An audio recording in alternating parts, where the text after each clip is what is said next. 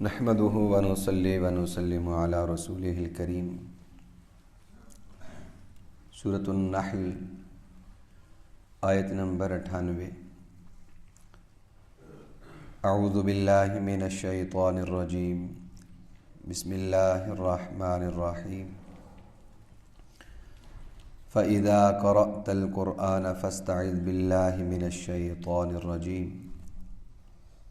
جب تم قرآن پاک کی تلاوت کرو، فاستعذ باللہ، تو اللہ تعالیٰ کی پناہ حاصل کر لو، پناہ مانگ لو، من الشیطان الرجیم، شیطان مردود کے مقابلے میں۔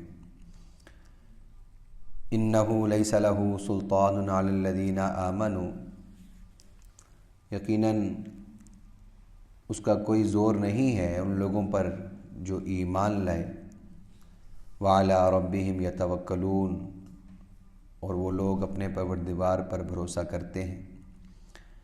انما سلطانہ علی الذین یتولونہ، یقیناً اس کا زور ان لوگوں پر ہے جو اسے دوست بناتے ہیں، والذین ہم بہ مشرکون، اور وہ جو لوگ اللہ تعالیٰ کے ساتھ شریک ٹھہراتے ہیں۔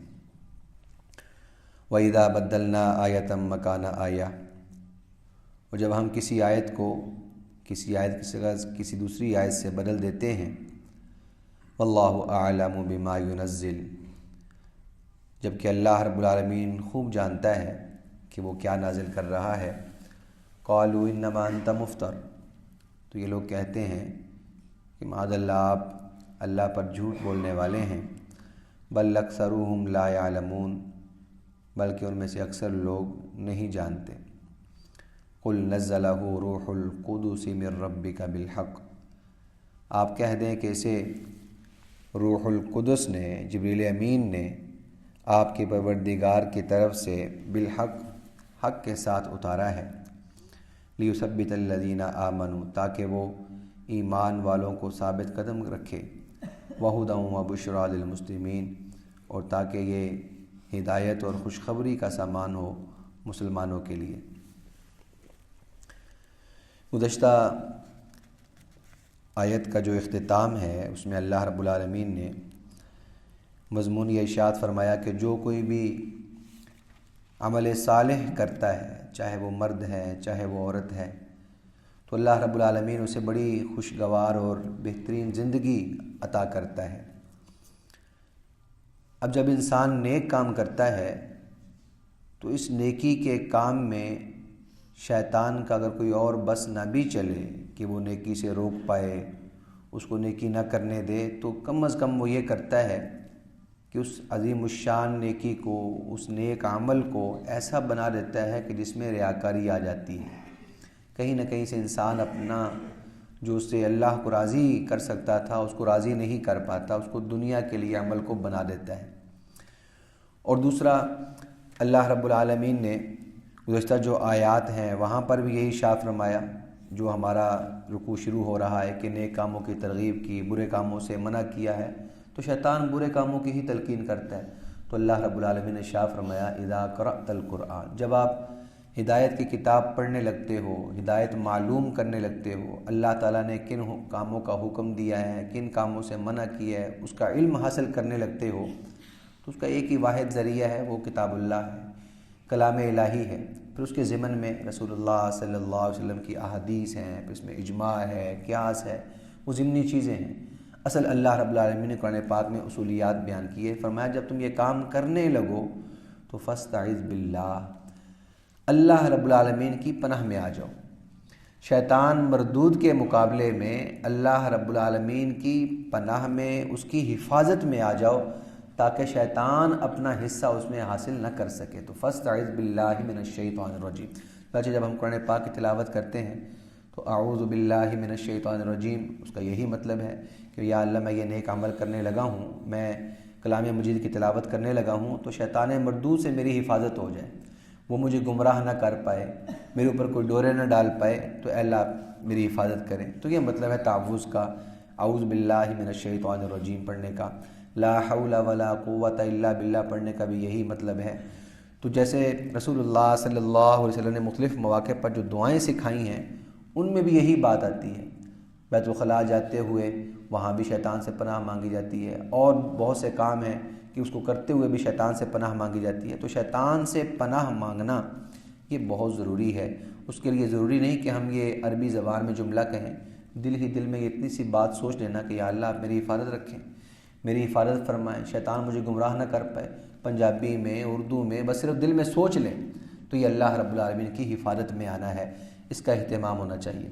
آگے اللہ رب العالمین نے فرمایا کہ شیطان جو ہے وہ ایسا ہے کہ لیس لہ سلطان علی الذین آمنوا، کہ ویسے تو جو لوگ ایمان والے ہیں، اس کی اللہ کی ذات پر بھروسہ کرنے والے ہیں، توکل کرنے والے ہیں، اعتماد کرنے والے ہیں، لیس لہ سلطان، شیطان کا ان پر داؤ نہیں چلتا، بس نہیں چلتا، وہ اس کو گمراہ نہیں کر سکتا.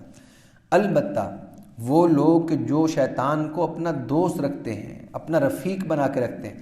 شیطان کو دوست رکھنا ایک تو کفار کا ہے کہ وہ اللہ رب العالمین کا جب انکار کرتے ہیں، اس کی توحید، وحدانیت، رسالت، قرآن پاک کا انکار کرتے ہیں تو وہ شیطان کو اپنا رفیق بناتے ہیں، دوست بناتے ہیں. اور کبھی ایسا ہوتا ہے کہ انسان عقائد کے اعتبار سے تو مومن رہتا ہے، عقیدے کی پختگی اس کے اندر موجود ہے، وہ توحید کا بھی قائل ہے، وہ شرک سے برات کا بھی اعلان کرتا ہے، وہ انبیاء اور رسول کی رسالت پر بھی یقین رکھتا ہے، کتابوں پر بھی یقین رکھتا ہے، آخرت پر بھی یقین رکھتا ہے، لیکن عملی طور پہ کوتاہی ہو جاتی ہے، غفلت ہو جاتی ہے، تو وہ بھی شیطان کی طرف سے ہے.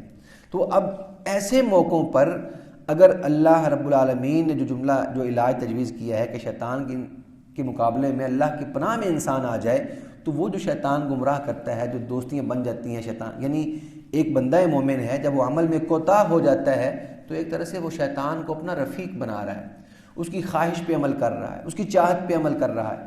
تو سلطانہ علی الذین یتولون، اللہ رب العالمین نے فرمایا کہ جو اللہ والے ہوتے ہیں، جو اللہ کے ساتھ محبت رکھنے والے ہیں، جو اللہ رب العالمین کی پناہ میں آنے والے ہیں، شیطان کا ان پر کوئی بس نہیں چلتا، اور وہ اللہ کی ذات پر ہی بھروسہ کرنے والے. یہ جملہ بڑا اہم ہے کہ ہم بار بار مختلف مواقعوں پر طرح طرح کے نظریے بنا لیتے ہیں.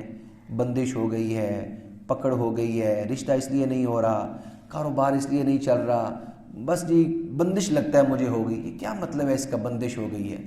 اس کا کیا کہنا چاہتے ہیں ہم بندش ہو گئی ہے؟ یعنی اللہ رب العالمین کسی کو نفع پہنچانا چاہتا ہے، درمیان میں کوئی اور شخص آ گیا، اس نے کہا کہ نہیں بھئی یہ نفع نہیں میں پہنچانے دوں گا، یا اللہ کسی کو نقصان پہنچانا چاہتا ہے تو درمیان میں کوئی آ گیا نہیں بھئی میں تو نہیں پہنچانے دوں گا.